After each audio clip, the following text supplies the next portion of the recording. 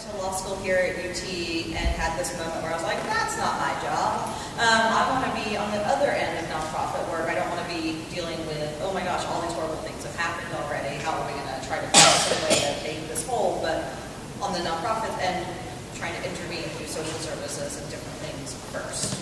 So that's how I ended up in the nonprofit world. And as Sarah said, I've been kind of all the roles. And so I've gotten to look at nonprofits from all these different angles. So I've been director of operations, an executive director, director of human resources. I've been in charge of programming. I've been a volunteer. I've been a board member. I've been an advisory board member, right? So that, first of all, that like makes me old.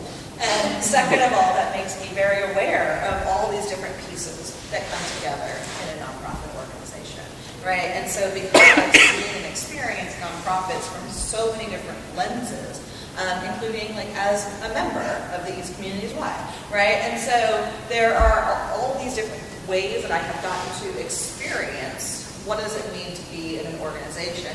And as I have built my expertise and practice, I've really centered around kind of management, operations, and leadership within nonprofits. And so have been able to start thinking about, okay, what am I observing? And what is the magic here? Right? And how can we maybe take some of that magic that's working in this organization and help this other organization where this doesn't seem to be happening, right? And so that's kind of how I then end up thinking about, oh, maybe it's the culture, or maybe it's the leadership, maybe it's like, because sometimes it's those soft things that we can't always put a name to that are actually the magic sauce in an organization.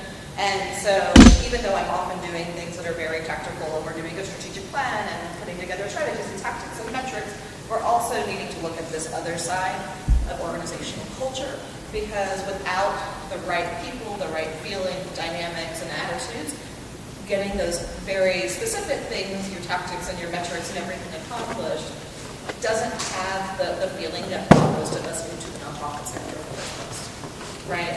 And so that's kind of how I've ended up in this world. And so every team actually probably has a culture, but often you may not even know what it is. So to sort of get started, I'd love to know, like, what does organizational culture mean to you?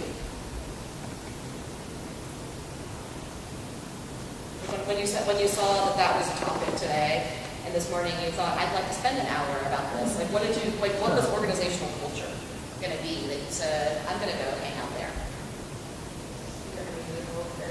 Good. Right. But that's not always the case. It could be, it's what's created. You hope that like the mission statement is driving that culture. Yeah.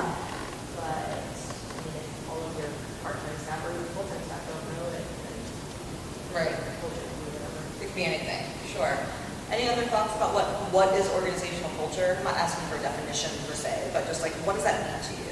I would say it's the norms, policies, and procedures around which you might drive your business. That's a pretty good definition. Yeah.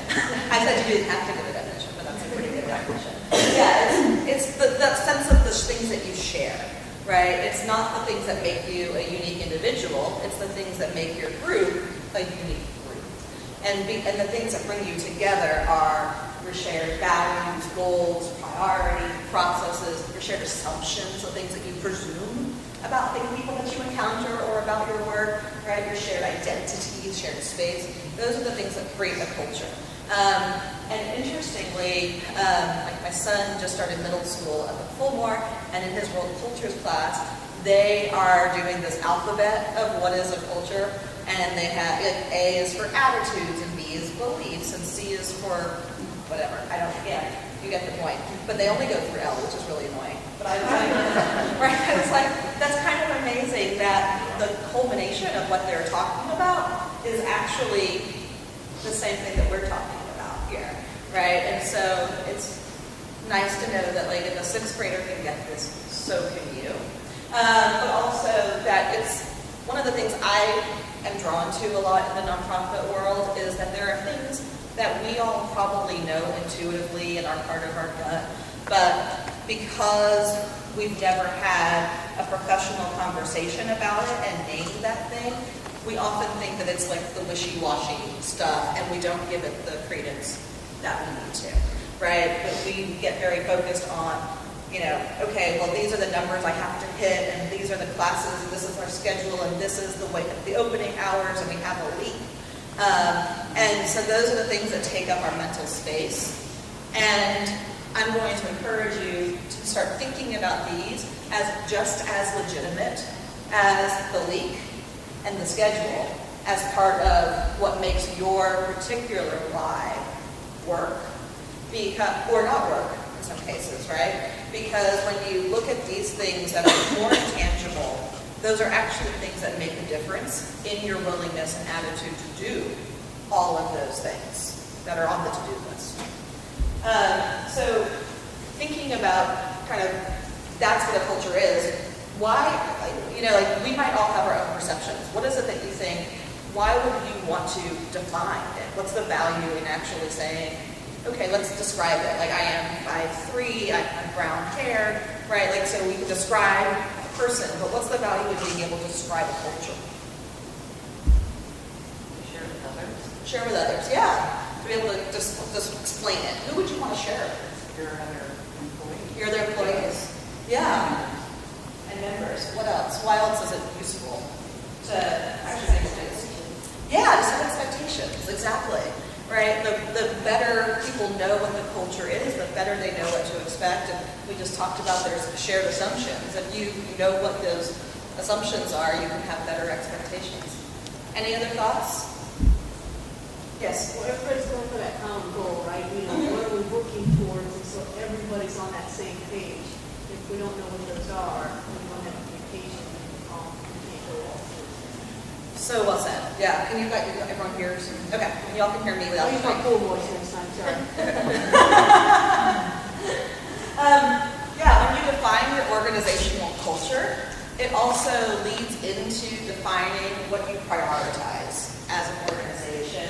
It helps to inform how you make decisions. Right? If you have a culture that values autonomy or bureaucracy or collaboration, right? Those are all legitimate for their own reasons.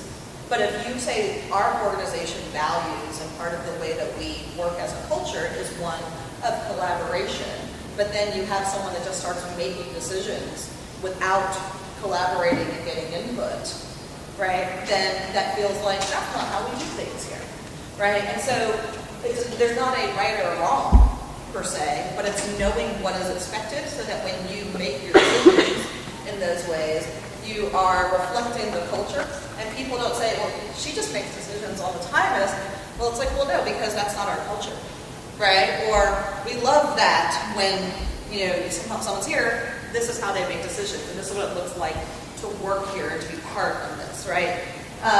Similarly, it sets performance expectations. You know what to expect if you better understand the culture. So you know what it means. Like, is this a place that values timeliness, cleanliness? Like, what are which sound like little things, but they're the things that actually end up becoming pet peeves, and the things that you kind of say now, say behind people's back, like she's never here on time, right? Or I could never read her reports, right? Like those things. It's good to actually know and to set expectations. It also informs, as y'all said, the customer service. How do you interact with your members? If there's certain things that you know that your organization really values and prioritizes, it does guide how you interact with your membership. It really does impact employee satisfaction. I'm not going to make you have a show of hands, but there's some of you that think I'm in a place where the culture really makes me happy, and there's some of you that might be thinking I came to this session because something's not right, and I want to figure out what it is because I'm not feeling like I'm getting everything out of this, right? And again, we're not going to self-identify here. But and then it also helps with hiring and onboarding. If you have a better understanding of what it is that is unique and important about your culture, then you can ask questions related to that when you're hiring someone. So if you know that customer service and individual experience is a part of what you value as a culture at your Y, then when you're interviewing someone to join your team at any level, you can say, give me an example of a time where you have made someone feel very special as part of your job. Or give me an example of how you have made someone's experience in a large body of people feel special and unique. And Brenda and I were talking a little bit beforehand. I was like, oh my gosh, you're going to be my example for maybe everything. Because can I share your story or do you? So they have a system where there's a bunch of blank cards at the front desk at the Northwest Y in Austin. And when the folks that are working at that front desk hear something from someone as they're checking in and having that small talk, whether they just did a marathon or they just became a grandparent or someone has been sick, they write that down on the blank card. And then one of the things that they're doing later on is when there's a moment of downtime is they're writing actual letters in the mail to those members saying, congrats on your marathon, congrats on being a grandpa, I heard that your wife was sick, and just we're thinking of you. And doing that kind of thing is not only a great example of, wow, how did Brenda as membership director understand what members need, but she's also building a culture by doing that about we recognize individuals and give individual attention and make sure people feel cared for. And so when we talk a little bit about what are your organization's core values, I have a feeling that the Northwest Y probably has something around, the respect and celebration and cherishing of the individual or making people feel special. There's going to be probably something in there that speaks to that. So you can ask people questions in the hiring process, and when you're bringing people on board and you're giving them the orientation, whether it's these are weights. Have you seen these before? Right?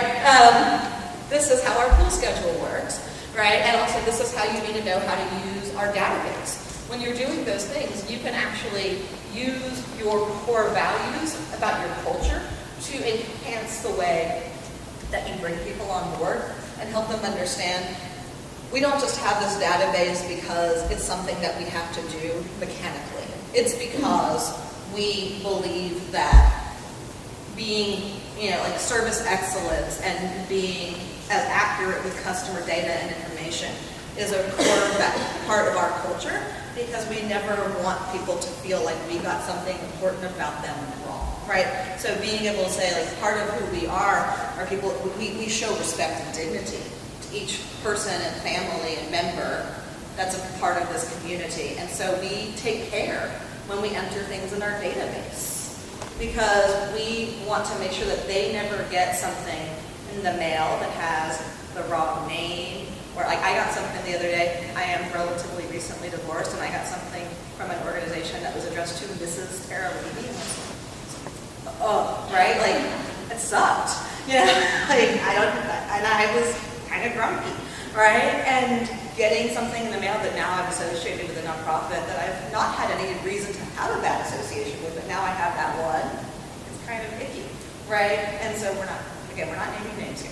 But, being able to have that kind of detail, but understanding why we have that detail, not just it's your job to enter things, right? So that's kind of the why, and when you have it, what you do with it. So hopefully you guys had some ideas about this type of thing already, which is why you said, I'm going to come spend an hour before lunch, rather than getting some coffee and hanging out in the back. I'm actually going to come in here and learn stuff for an hour about culture. So now that you kind of have that backbone, we're going to start diving into actually how do you, one more slide before the how. This is ways that you would see the culture, right? If you were walking into an organization and you wanted to try to figure out what someone else's culture was in that organization, these are the kinds of things that you would look for, right? So any of you guys, just thinking about some of the things that y'all are seeing up here, any of these strike you as, oh, I know how we represent who we are by one of these, the way that we've chosen to do one of these things. Does anything here strike you?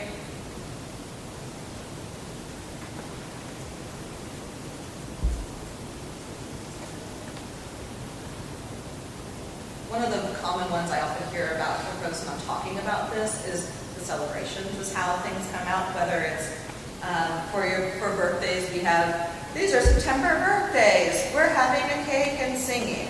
Or we have every person gets a birthday buddy, and that person's responsible, or we have a budget for birthdays, right? Like there's so many different ways that you just recognize birthdays, and sometimes the way that an organization describes to celebrate, whether it's birthdays or good news, right? I was in a car accident a while ago, and I went to a physical therapist that when someone graduated from physical therapy, they rang a giant gong, right? Like you got to break it. So like when you were going through physical therapy for those months, you would get to watch people graduate and walk up and bang the giant gong, and everyone knew that meant that you had completed.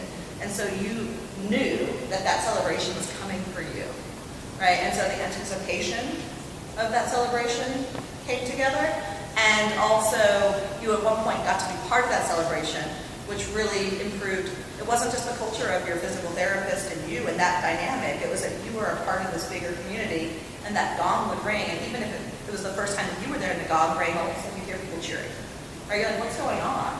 And they say to you, oh, she's better.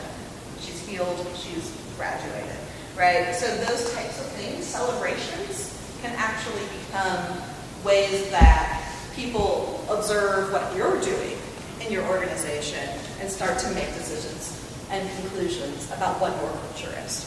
And then about how they might fit in, right? So for me, I was like, I love that because I am very much like oh my gosh, like we should be happy, we should have fun, there should be joy, right? Like there's no reason for everything to be sterile and everything, we should be happy, right? Let's share that. And so to me, when I found that out about that physical therapy place, I was like, this is my kind of place. And I did get to ring the gong, and that felt really cool. It was also incredibly, because you will not be surprised, but I'm very much an introvert. I'm very good at performing extrovert. But like when I was kind of nervous that I was going to go up there and I was going to do that, and everyone was going to turn and look at me. But that's part of, I can make that decision.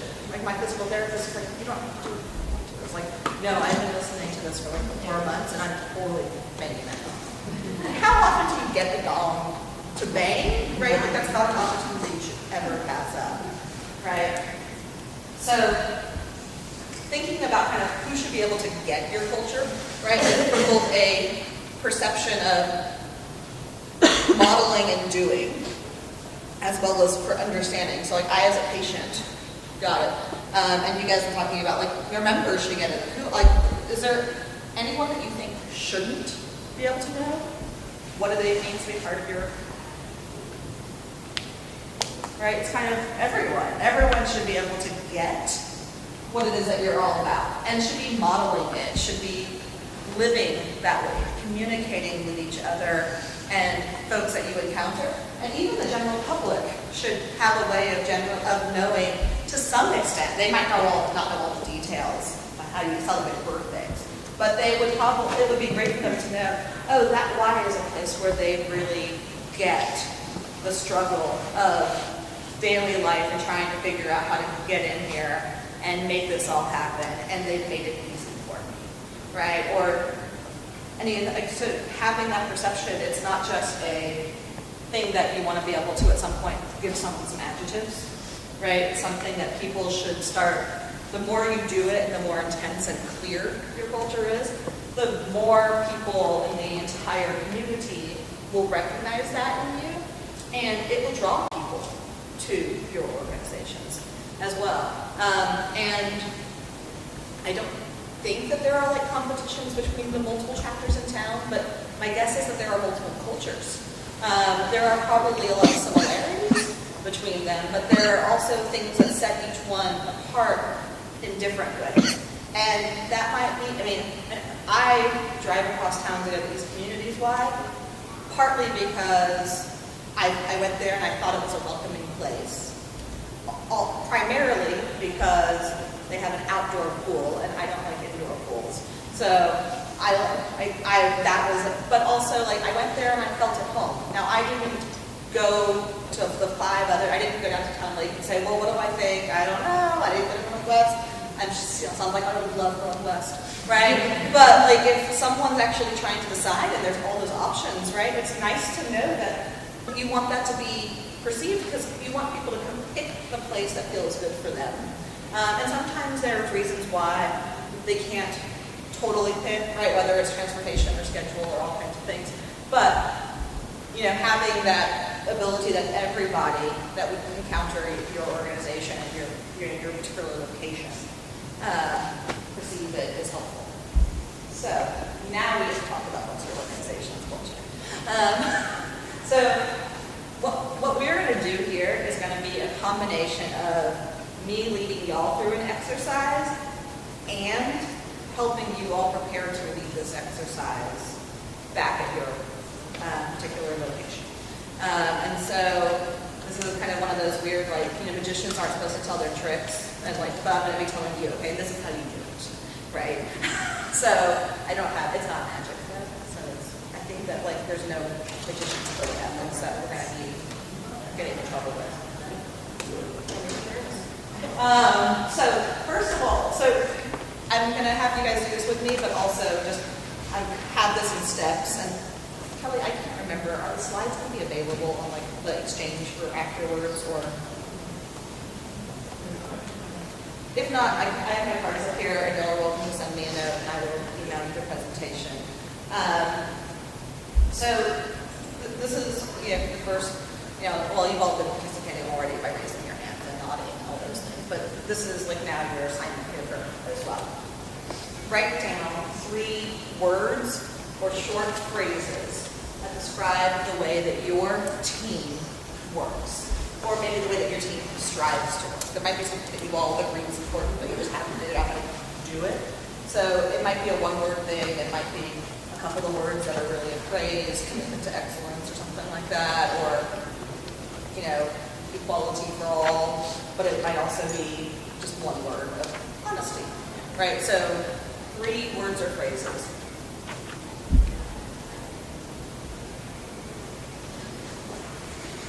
So if you were facilitating this in your organization, you would need some paper.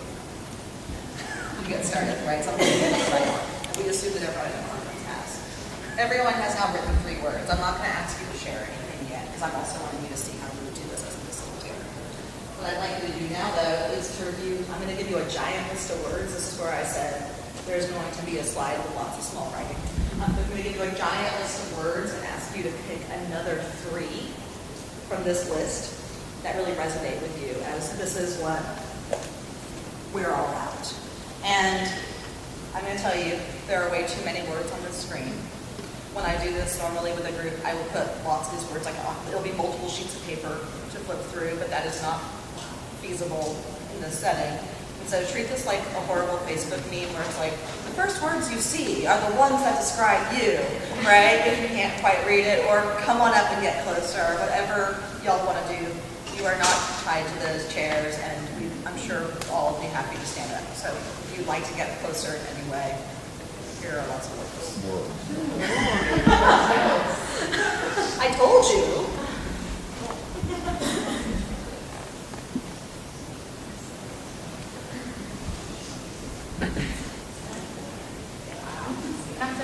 Did you find a look at it first? Things that similar to that last question.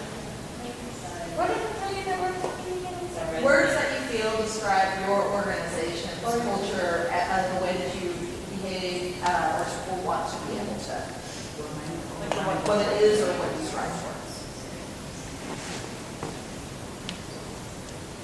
And I actually made my whole list smaller to be able to get it on this slide. So.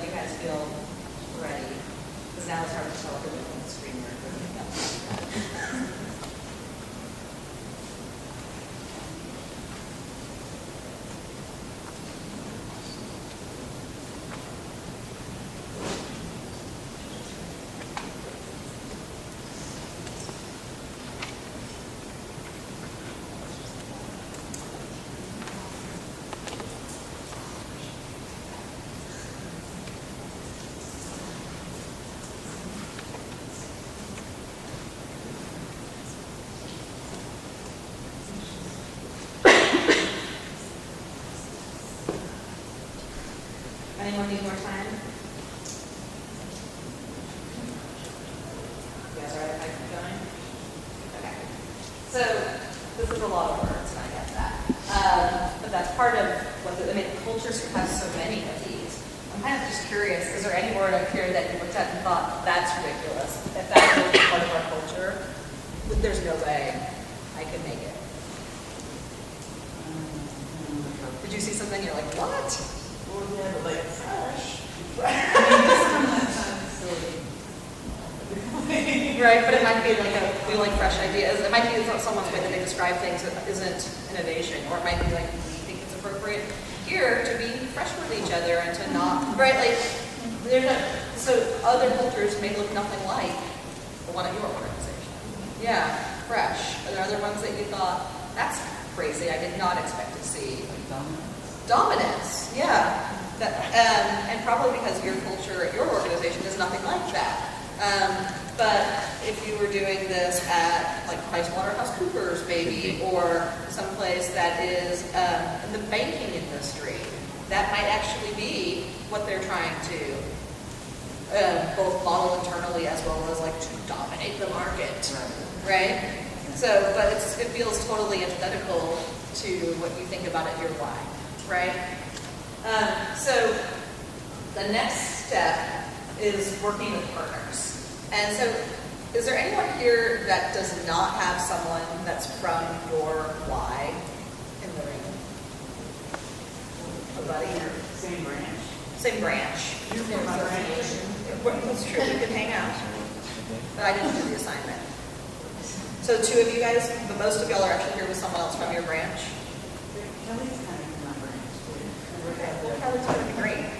Okay, so what I'd like you to do is now find a partner.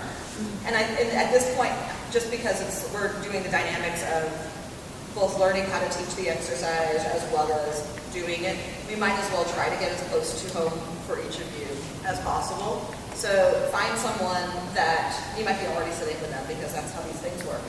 Does anyone need to move in order to be closer to a partner? And does anyone need a partner? And you want a partner from our branch, correct? Ideally. Close. Or if not that, someone that's also from your same city. Or darn close. You guys are, no one needs to move? Or you want one-on-one? Two, we want pairs for the moment. So we're doing work with a partner.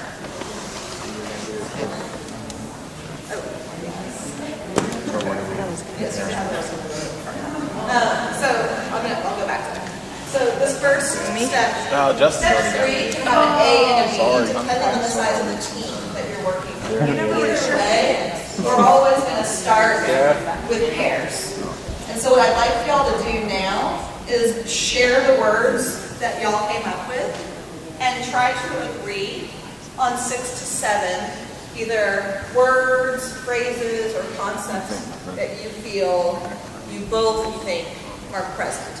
And you don't have to have 6, you don't have to have 7, you've got 5, but like the goal is to take that list of 12 and cut it by about half to find things, and it might now involve writing some new words, like one of you might have written collaboration and one wrote teamwork, and you think, we're kind of talking about the same thing, let's talk about what the phrase or the word is that really we both feel is the one that represents us. So, and yes, I will go back to the slide level words just so that you guys can see that if you need to look for, like, what's another word for this? So, come up with y'all's list together now. And then what we desire. And not what we have, but what we association. Well, I started thinking to get associations about, and then she's like, she's an organization. I got 6 and 7. That's right. I mean, your job is I don't write. I love that, like, the group in the back, which I determined has the most best vision, is also the fastest. So, well done. So if we were to facilitate this as an actual exercise in your organization with this many people, I would say after you've had those pairs, then the pairs come together with another pair. and you might have 4 people now, and have that same conversation of trying to break down the concepts that you got into an agreed upon 6 or 7 concepts again. Bless you. So you might just be doing this at your branch. You also might be doing this like at a whole city-wide. There's different times that you might be doing value pieces. But what I would say is you kind of want to go in 2s and then 4s, and then depending on how many people, you can even go from 4s to 8s. With the goal being that at the end you want 4 to 6 teams worth of words, right? So there's not a magic number to that. It's kind of also like what feels right in the dynamics. If it feels like everyone's like not enjoying the getting back to like, let's say negotiate words, as you get to a larger group to like 8, for example, say, skip that. You just have more people report out, right? So what we're not going to do here, because logistically this doesn't make sense, because we would be creating values for just today's hour-long session, which is not particularly useful to each of you to bring back. But what I do then is we'll actually have each group, I would give you guys like big Post-it notes and a marker, and I would say, this list of 6 or 7 things that you came up with, write them on here. And then invite everyone to come on up and say, you know, hey, would you guys come on up and tell me, explain to everyone what your words are. And then put them all on the word wall. You know, if you use Post-it notes, you can use painter's tape and regular paper, whatever you write. But you want to tell people who have written on their notes large enough and with marker so that people can see it in the room. Because my slide there is a bad example of what you do with facilitation, right? But so you would put your words up here and you'd say, we talked about this, and then I would say, great, so much, thank you so much. Where's the next group? And I would invite you guys. If y'all want to, you're ready, come on up, right? And so then you guys come up and say, you know, we had this other word and I feel like it's close to this, right? Like I was saying earlier, you might have had collaboration and you had teamwork and you came together, but you may now have another word or phrase that feels connected to that, and maybe it's about, maybe the word is connection or something like that. And you feel like, when we were talking about connection, we were talking about this sense of we all work together. And so then have each group come up and put your words on the wall and start seeing where the connections are. And then once they're all up there, you as you're facilitating it might say, no, I'm looking at these and they actually feel more similar than up there. Do I have y'all's permission to move these closer? Or are they really different, right? And you have people actually kind of look at them and say, is there anything missing, right? And then you'll also start seeing, this came up a lot, right? So then you can start diving into, sorry, I clicked by accident.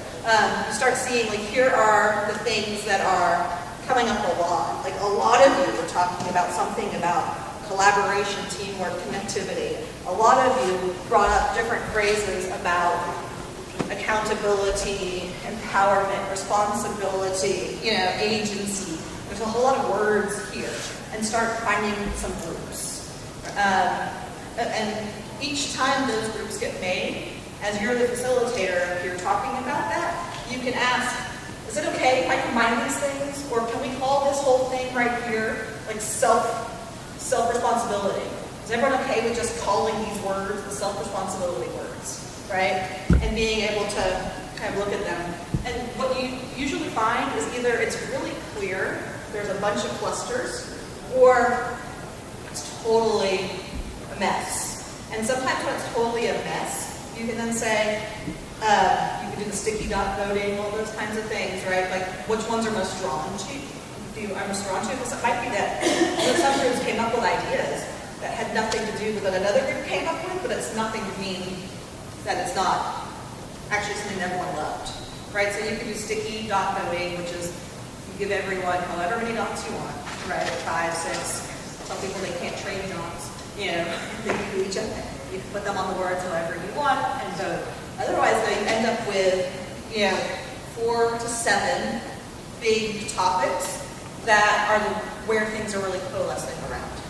And then what you'll have people do is kind of, I usually make a worksheet that has these 4 questions on it, or things like this, depending on kind of what exactly we're trying to achieve in the conversation. But then I'll say, okay, this one that was all about self-responsibility, I'd like the group to work on helping us really define this further. Can I get some volunteers? Okay, and this one that's all about collaboration and teamwork and helping each other out. I need a group to work on that. They do not have to be equal size unless one of your values is symmetry, right? Or parallel structure, which I think are really important things, but less concerned about in this particular situation. And so have them actually then get a worksheet where as a group, they now have a conversation about this theme. And then I like to take all the cards that were on the wall from that theme and bring them over to the group and say, so you guys are the self-responsibility group. Okay, here's accountability, here's agency, here is speaking up, and so they have all those words. And then actually ask them to talk together and write down, what are we doing? What do we do as a group, as a staff, as a team that actually promotes or reinforces this value? So if this group here was doing the individuals are important and everyone is unique in our organization, then those white cards at the membership desk would go on the list. This is one of the things that we do, right? Like, what is it that we do? When we have meetings, we make sure that everyone has a chance to speak. Might be something that you do. And then what can we do to support others in this? So things that maybe aren't already on your list, but things that you're like, oh, well, now that we're talking about this importance of self-responsibility, how can I help my teammates, my colleagues? And so you then would start writing and having a conversation, brainstorming those things. What do we need to change or be cautious about as a team regarding this value? Like, if self-responsibility is our thing, do we need to be careful that we don't just all say, well, that's not my problem. Self-responsibility, guys. You know, and not be helpful? Like, do we have to have a note as we think about what this description of our culture is about self-responsibility is important, but we don't let people fail, right? Or like failure's okay. Like, what is it about, right? And then after you've had those conversations as a group, I like to ask people hey guys, before you go back and break up, can you write one sentence that captures your commitment or premise for this value, right? So it might be, we believe that self-responsibility is an important part of an individual's development, and we do all we can to celebrate individuals and help them succeed, right? Like it might be, because you want to capture those different pieces. So try to put it into a sentence as a statement. And then basically the step 6, and then 7 and 8, which, you know, because we don't need a slide that says review, right? Is share those out, ask for feedback, and then I think that this is a great opportunity to then stop when you're facilitating an exercise and say, can we have some volunteers to help take this and do like another round of review as a little task force? And have folks from all different parts of the organization, as you're pulling that group together, you want to get someone that's in leadership, someone that's at the front desk, someone that's in even like facilities, right? And pull people from different areas to come together because you want to make sure that this is something that's really representative of everyone. So ask that group to come together, to review it, to reflect upon it, to revise it, to make the different changes, and to be able to then present it to the full group. And then come back to the full group with, this is what we've come up with. Ask for everyone's approval of it, right? Like, is there something that's not wrong that it doesn't make sense here? She loved her stuff, so it wasn't just me. You know, is there any questions? And it's a great time. You can send it around by email ahead of time, all kinds of different things, right? And then, how are we going to use this, right? So then we go back to those slides about you use it in interviewing, you use it in onboarding, you use it in how you work with your membership, all those different ways that we talked about. Then you kind of take that set of values and you go back to those things and start thinking about, let's do it. So then you have core values. And then, like anything, I think that the last part of everything should be, let's not just stop with saying we're done. Let's make sure that we continue to have conversations. So I'm going to tell you all, even after you've done that, continue to have conversations. That sense of your culture might change over time, and so you need to be talking about it and having some check-ins. So whether you have like a staff annual retreat or off-site kind of thing or team building thing, checking in on those and thinking about how to incorporate them is really an important thing. We have about 5 minutes left. So if you guys had been in your organizations doing this exercise, we would have gotten to a point where you'd have maybe 4 or 5 lovely statements about values ready to go back to that task force. I know that we don't have those now because of this a big and so we don't want to do anything that makes sense. But kind of thinking about either how you facilitate that or how else you use it or concerns that you might have. We can do like 5 minutes of questions and stuff as a group, and then I'm happy to stick around. And my email is up there as well. And if that's the environmentally friendly way, you can also grab a card, less environmentally friendly, but maybe more practical. So, what's on your minds? What need to re-approach and discuss?